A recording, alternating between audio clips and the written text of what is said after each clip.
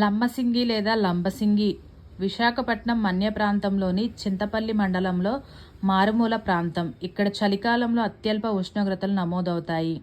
దీనిని ఆంధ్ర కాశ్మీర్గా పిలుస్తారు. ఆంధ్ర కాశ్మీర్గా పిలువబడేది ఏంటి? లంబసింగి. చూడండి, కొండ ప్రాంతాల్లో నేలలు ఎగుడుదిగుడుగాను వాలుగాను ఉంటాయి. సామాన్యంగా ఇవి రాతి పొరతో కూడిన ఎర్ర నేలలు. ఇవి చాలా ఎత్తులో ఉండడం, నీరు సహజంగా పొలానికి ప్రవహించుట చేత ఇక్కడ నిలబడకుండా నీరు అనేది ఇక్కడ నిలబడకుండా కిందికి జారిపోవడంతో ఈ నేలలు కాఫీ, తేయాకు తోటల వంటి పానీయపు పంటలకు అనువుగా ఉంటాయి. ఎక్కడ? లంబసింగి ప్రాంతంలో. ఇక్కడ అన్ని కొండల ప్రాంతాలు ఉంటాయన్నమాట.